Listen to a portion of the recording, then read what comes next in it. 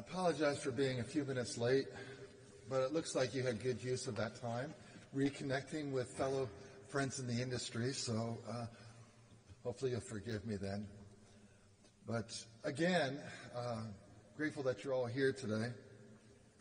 And again, as you already know, that Georgia voters are smashing through every voting record with more than 3 million for in-person early voting turnout, which is unprecedented in Georgia history. As of Tuesday at 3:30 p.m. yesterday, voter turnout surpassed the 3.2 million mark and 3 million early voting, with 3,009,204 check-ins, shattering the previous early voting performance. If you look back in time on day 16 for early voting, in 2018 we had 1.3 million. 2020 we had 2.1 million.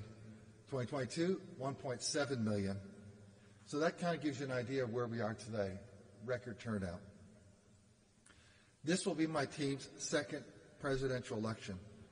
We have overseen thousands of elections since 2018, with thousands of elected officials successfully and wonderfully accepting their own wins and tens of thousands of opponents gracefully conceding to those who have won. Kind of remind me of what I saw last night. My grandson was playing in the playoff game, second round.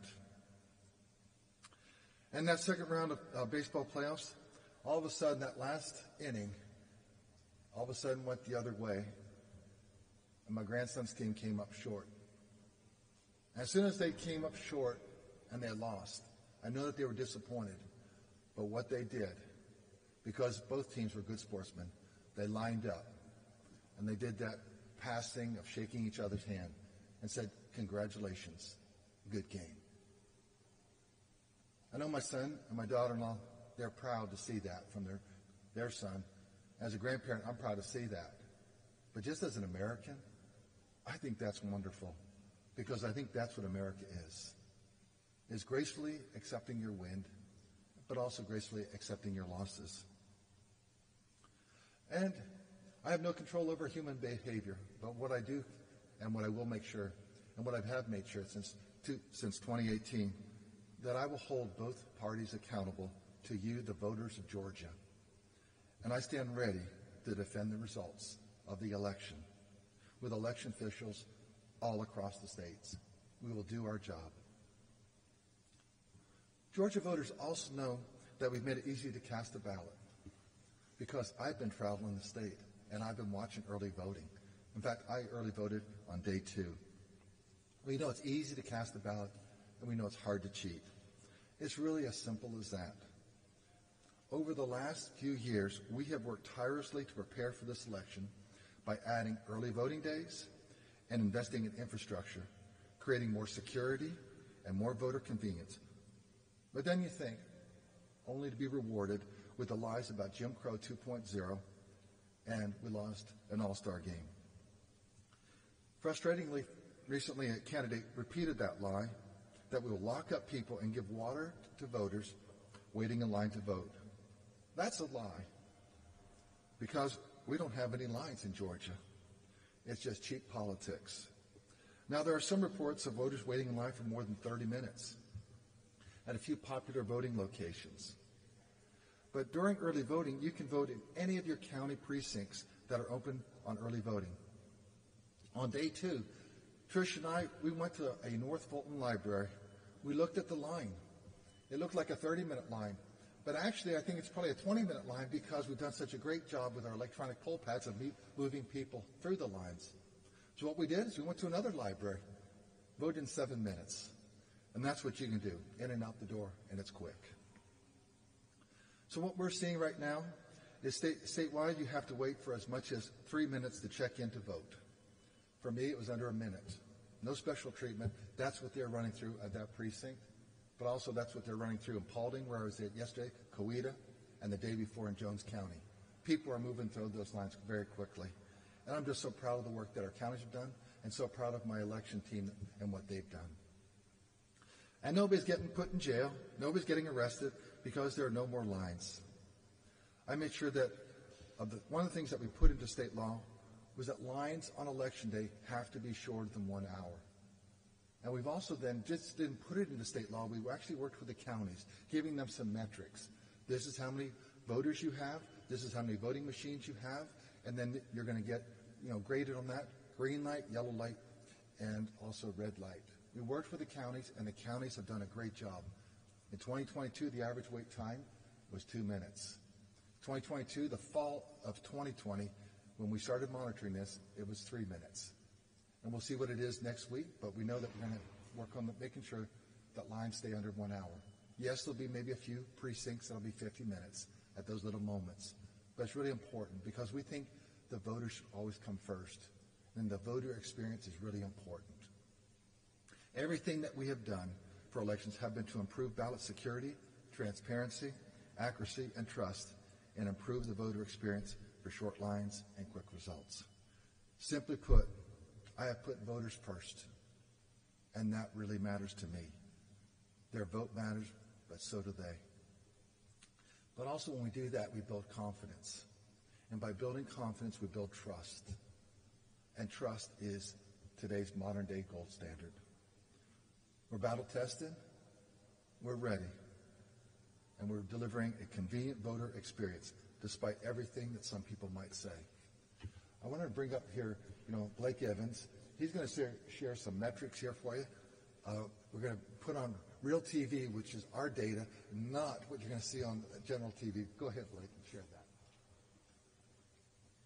Thank you, Mr. Secretary. So first and foremost, I want to echo what the Secretary said, that we are extremely grateful for the hard work of county election officials in all 159 of our counties. They are doing just a tremendous job of processing voters in very high turnout that we're seeing this election. And I'll show some numbers here in just a second. I was in Paulding a couple of days ago, and they had several voters that were there in line, and time from the last voter from the time it took them in the back of the line to get to the front, and it was under 15 minutes, and that was during the lunch hour rush. So they're just doing a tremendous job. Their poll workers are doing a tremendous job. And as we get closer to Election Day, I expect to see more of the same, and we're just very, very grateful for their hard work. And so now to get to some of the numbers that we have I would call it state-of-the-art data hub that's on our website. You can go there, and it updates hourly throughout early voting, and you get to see some turnout numbers. Just to show some other graphics, here's a chart that we have internally that shows that just under 3.1 million people have voted advance in person in all 159 of our counties. And so each color on the chart represents a different county. We monitor that throughout early voting. We have a little line graph here that shows we've seen the steady turnout throughout advance in-person voting. The first week was extremely busy. We saw a little bit of a decrease in the second week, although still high numbers. And I expect as we get into today, tomorrow, and Friday that we're going to see those numbers go up again. Typically what we see in advance in-person voting is that the last day of voting ends up being very, very high as people try to get their vote cast before Election Day. And so right now we are trending right up towards 3.1 million people having voted advance in person.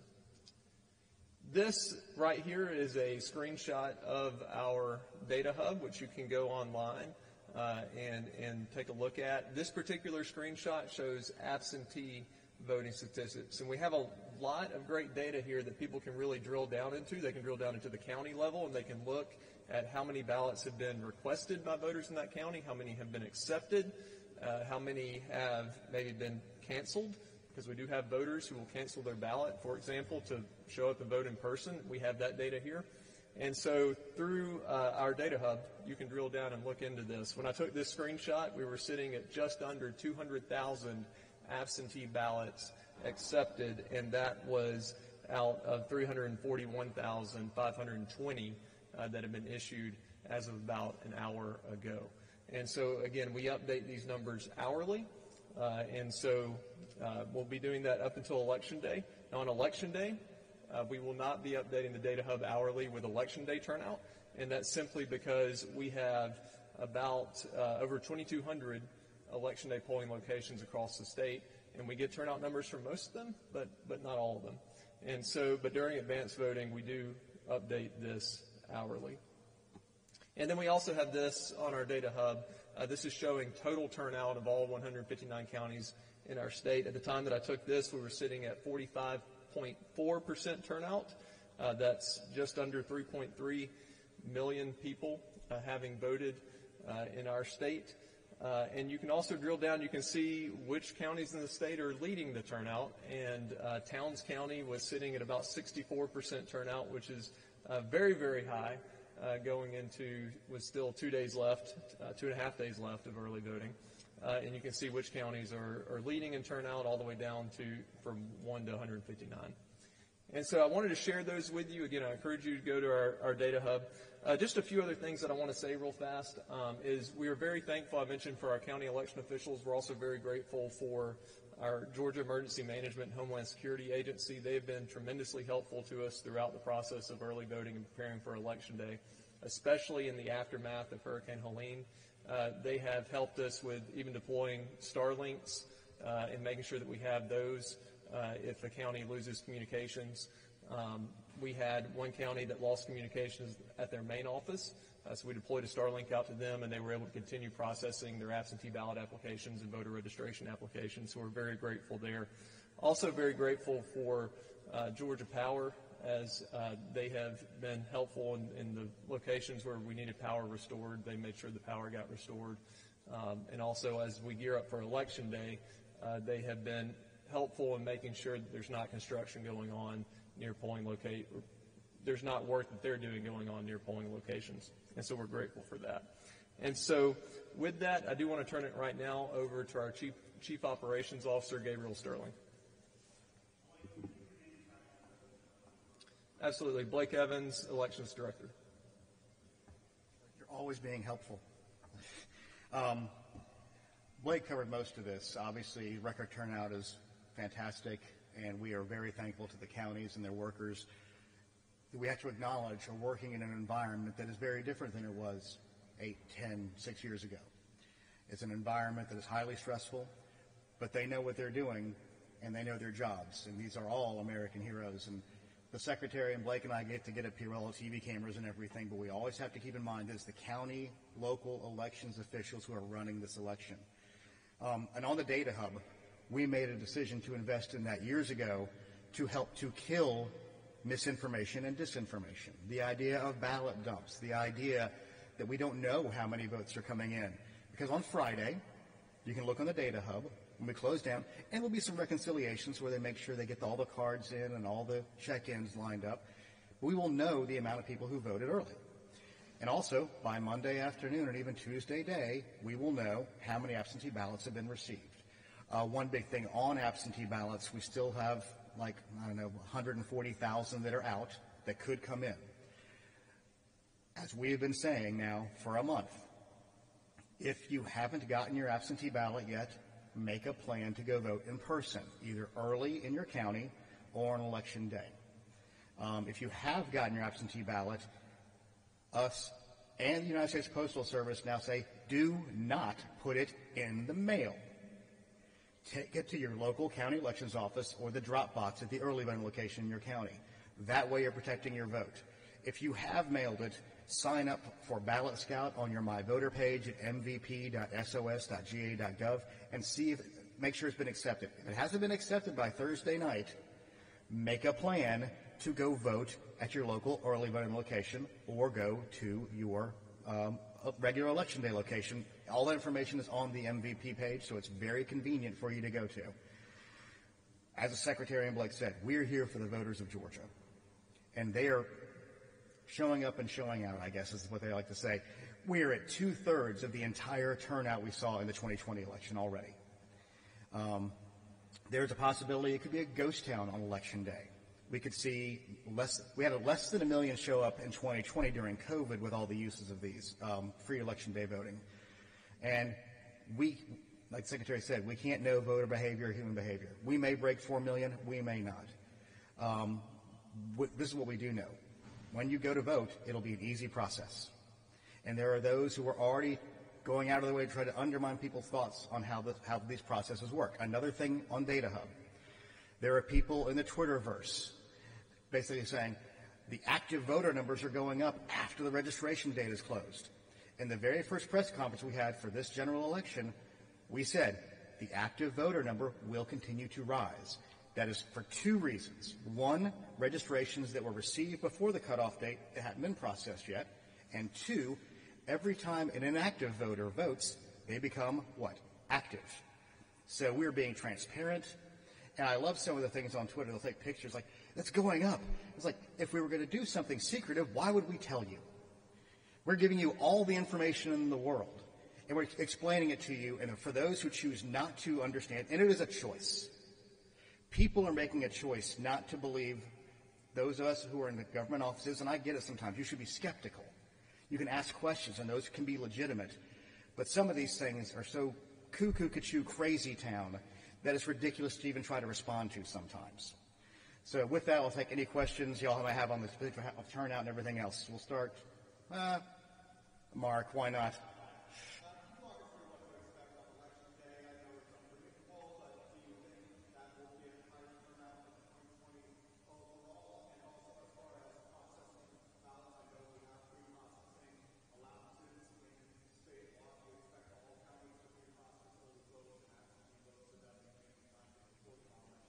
Well, first of all, the law now states that all the early votes, they're not only processing those because they're processed on site. They are voted and they're put onto those cards and they're tabulated back at the EMS at the headquarters.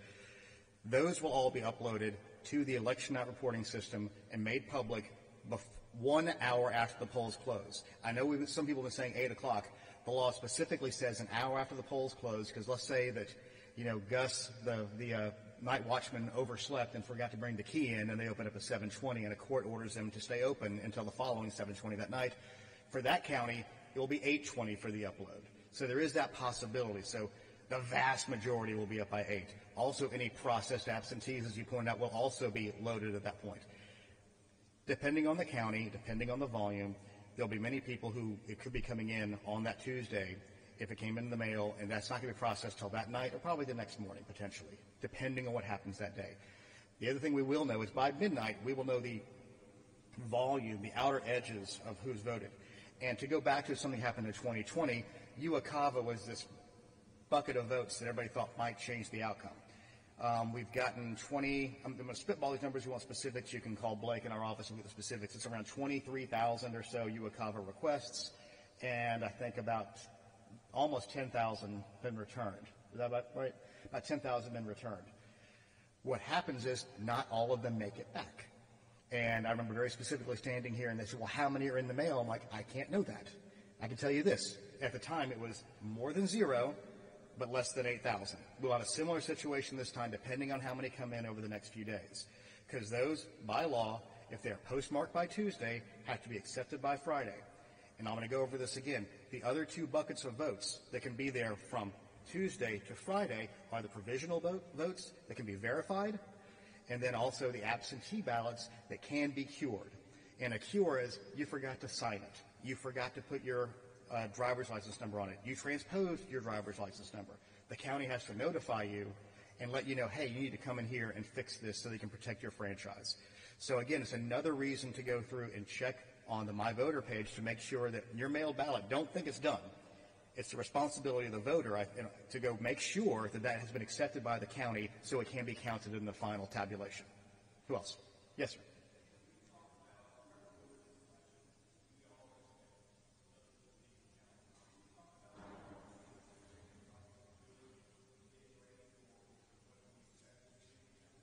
Prayer? No, we've already talked to the governor's office about lining up special assistant attorney generals because, frankly, A, we don't know who's going to win, and who wins will decide who sues us, essentially, at the end of the day. So if Vice President Harris wins, we expect Trump officials to sue us. If President Trump wins, we expect Harris officials to sue us. And again, if you're getting sued by both sides, generally speaking, we feel like we're doing a pretty good job. But that we're lining up, we're already kind of knowing what the basis, and we're seeing some of the things they're kind of claiming from previous lawsuits and trying to lay foundation.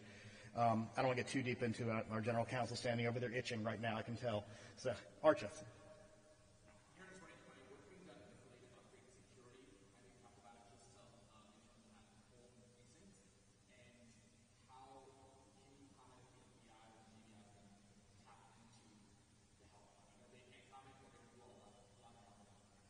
They don't like it when we comment on that, Archie. But I will say this. Obviously, the threat environment is different now, but I think our counties are more prepared, our local law enforcement are more prepared, state law enforcement is more prepared, our office is more prepared. We have deployed tools into the counties that have opted in with the poll worker first response text tool that will allow a poll manager to text a number that will notify the county elections director, our state office for the war room, and local law enforcement if they have opted in as to what a situation on the ground might be. That is an investment we've done. Fortunately, so far, no one's had to do that. We do get reports of people planning potential physical issues on machines themselves, and we are in regular communication with the GBI and the FBI about potential threats. And I don't want to get too deep into it at that point, because when you say, hey, we're ready for anything, people say, hold my beer. It's just going to see what happens next. So we are more prepared. The environment we obviously know is different, and people's guards up. And the problem is sometimes your guard's really up. Everything looks like a threat, even normal things. Like you find a dead squirrel on your porch. Did somebody put that there as an intimidation factor, or did the cat kill the squirrel? We don't know. But everybody's up. And another thing that our office did is we had 7 different convenings with local law enforcement and local elections officials, so they could kind of game plan and go through what they would do in these situations and not have the first time they meet be in a high-stress, difficult situation. I cannot tell you how many tabletops we have done with our federal partners and state partners to game plan pre-election issues, election day issues, and even post-election issues. You can't prepare for everything. It's impossible. And there will always be new ways to undermine people's faith in the outcomes of these elections. But we know we've done all we can with the resources the legislature has given us. SB 202, SB 189 have been helpful in many ways to help run better, stronger, safer elections in the state. Who else? Yes, sir.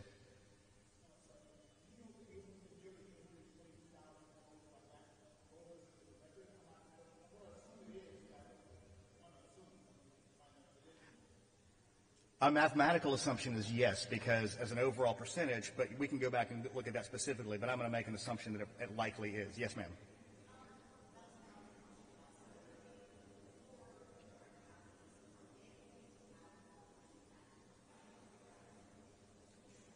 That is a local county decision. And in some locations, we have to understand historically, if a cop car is sitting in front of the polling location, some people might feel intimidated. So we're not going to direct anybody to do those kind of things, even though under the Constitution, the sheriff's office is supposed to be supplying security for all elections locations. But we leave that up to the local elections officials to decide the best way to do that, to deploy, maybe a plainclothes person, which we know they're doing in some places to avoid those kind of issues. Yes, sir.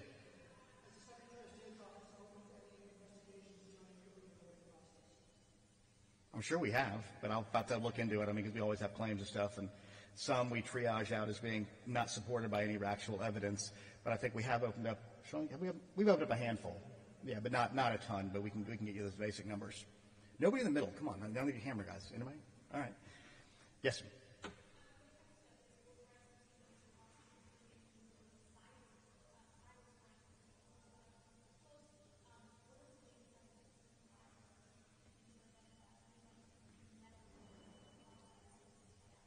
Well, you obviously are going right into this nice high hard one over the plate that I can easily knock out of the park. We had a DDoS attack only last couple of weeks ago, September 14th. And our IT team, which we've really kind of improved and upgraded over the last couple of years, and our partners with Cloudflare, at 5:16 on that day, we saw a little slowdown on the absentee ballot portal. And by 5:20, our partner had labeled it a DDoS attack, had recognized IP addresses used by other attacks, and we were able to mitigate it. And so within 20 minutes, the attack essentially ended. We monitored it for the rest of the evening until 10 p.m. that night, and then declared it over and went back to regular configuration. We didn't really want to talk about that too much, but our friends at CNN got it, so we had to get it out there, because we would have talked about it after the election, because, again, it goes back to my hold my beer scenario, where we say, hey, everything's great and everything's safe, that somebody's going to try to hit you. So we weren't trying to brag about it, but we feel really proud of the way our team responded to that. And we, again, don't know. The good thing I want to say about this, let's remind everybody, voting machines, remember this, voting machines are never connected to the Internet. Let me be clear about that. Voting machines, the scanners, the election management systems, the ballot marking devices are never on the internet, so they can't be hacked remotely. Understand that. That is a long-time lie and misinformation, disinformation. And I feel like I have to do whack-a-mole up here on that every couple of years just to remind everybody. But they are never connected to the internet. All right, what else? Kate, nothing from you from AP? Yeah. We answered every one of your questions. Oh, here we go, sorry.